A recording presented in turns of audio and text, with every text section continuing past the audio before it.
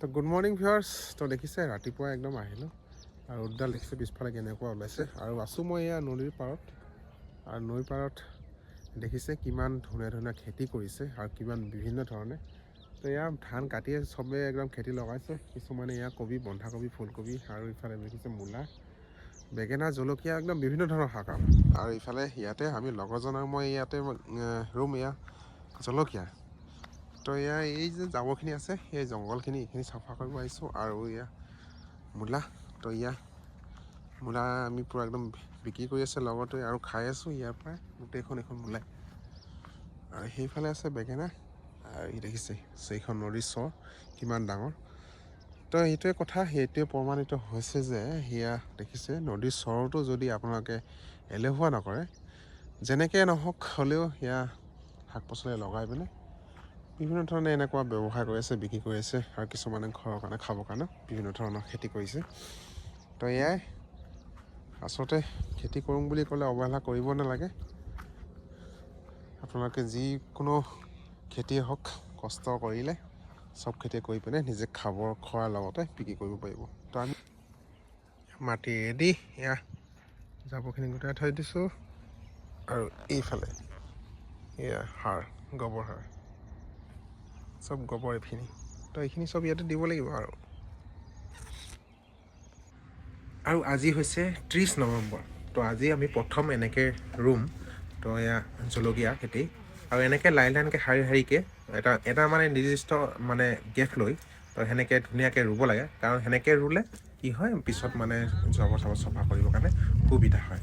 আৰু এনেকৈ গোবৰ আৰু লগতে এনেকৈ কিবা কিবি কেইটামান সাৰ লগাই গুৰিত মানে সেনেকৈ দি পিনে দীঘলীয়া লাইন কৰি এনেকৈ ৰুব লাগে। তো ৰোৱা দেখিছে হৈ গ'ল ৰোৱা।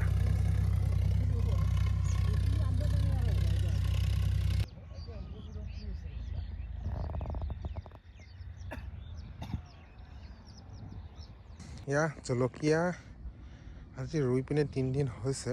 তো এতিয়া পানী দিব লাগে, দেখিছে মাটি শুকাই গৈছে। তো এয়া পানী দৰকাৰ হৈছে, পানী দিব লাগে। এতিয়া পানী দিব। এইফালে মেচিন ফিট কৰি থোৱা আছে। কিটো মেচিন? তো পানী বৰিং এনেকুৱা ওচৰত নাই। তো আমাৰ দূৰত এই যে চাৰিআলিৰ দূৰৰ পৰা তাত একদম এই মেচিনটোৰে তাত পানী দিব লাগিব। তো অকণমান দূৰ হয়, বেছি দূৰো নহয়। আৰু এয়া চাওক পানী আহি গ'ল। মাটি যিহেতু একদম শুকাই গৈছে আৰু নদীৰ চৰৰ মাটি আপোনালোকে জানে, তো খুবেই বেছি শুকান। তো পানী এনেকৈ মাজে মাজে দি থাকিব লাগিব, তেতিয়াহে মাটিডোখৰ একদম জীপাল হৈ থাকিব। তেতিয়াহে ধুনীয়া খেতি হ'ব, গছবিলাকো ধুনীয়া হ'ব তেতিয়াহে। তো এনেকৈ পানী দি আছোঁ। আৰু এয়া আধা হ'লেই আৰু আধামান দিব লাগিব। তো আজি হৈছে 5 ডিচেম্বৰ। তো আমি ৰুইছিলোঁ 30 তাৰিখে আৰু এয়া চা পানী চানী দি পিনে আজি 5 তাৰিখ হৈছে। তো কিমান দিন লাগিলে আৰু দেখুৱাই আছোঁ। Good morning. তো আকৌ আহিলোঁ এয়া জলকীয়া খেতিত। আৰু দেখিছে ইয়াতে হুইল মাৰিব লাগিব, এয়া বন নগজৰ কাৰণে আৰু মাটিটো ভাল হ'বৰ কাৰণে। তো আগতে আমি এইফালে এনেকৈ মাৰিছিলোঁ আৰু এতিয়া এনেকৈ মাৰিব লাগিব। দেখিছে এতিয়া বাজিছে 5:30, 5:30 বাজিছে। এয়া দেখিছে খেতি, এইখিনি মূলা গোটেই বেছি শেষ, অকণমান আছে খাবৰ কাৰণে থৈ দিছোঁ। এইছা এইখন নদী। তো আৰম্ভ কৰোঁ, কামত লাগি যাওঁ। চাহ এইবিলাক জলকীয়া চেহেৰা ইমান এটা ভাল হোৱা নাই, কিন্তু গোটেই আমি জলকীয়া ৰুইছিলোঁ।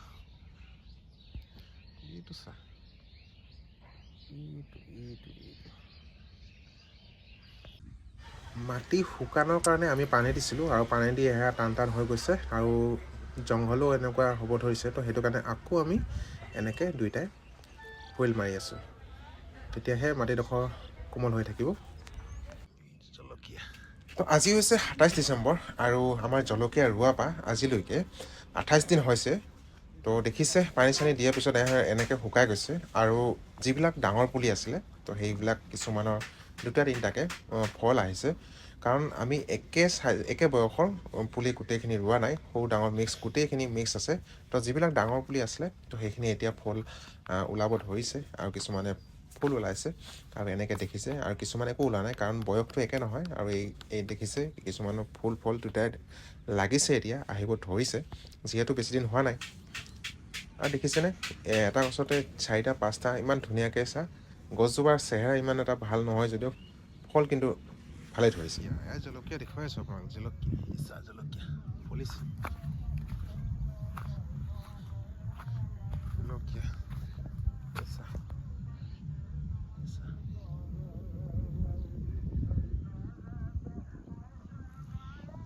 ফুলিছে জলকীয়া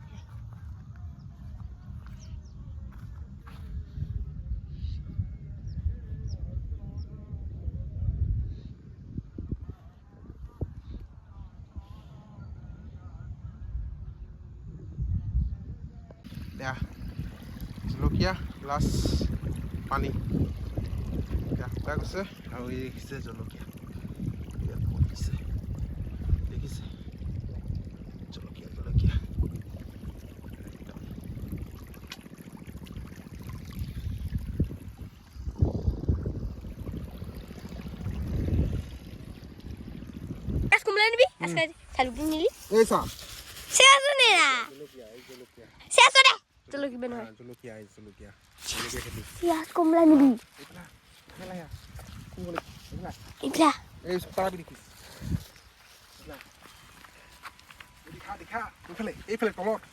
তলত এই এই যে পকিছে জলকীয়া তো এয়া দেখিছে এটা গছতে কিমান ফুলিছে দেখিলি তো এয়া বুঢ়াখিনি ছিঙি আছোঁ দেই আৰু তলত এইফালে দেখা দেখাইছোঁ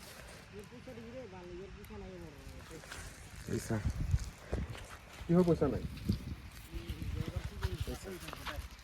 জলকীয়া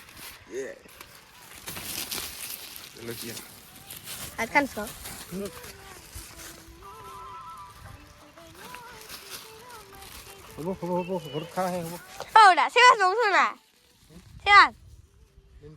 Mana nusu mau kau mungkin tu ikhlas kali kita. বাহিৰত জলকীয়া ইমান ফুলিছে ইটা গছতে এইখিনি জলকীয়া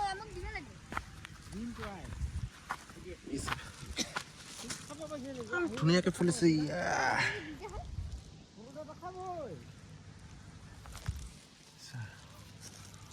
ধুনীয়া একদম এইখিনি পকিছে কিমান ফুলিছে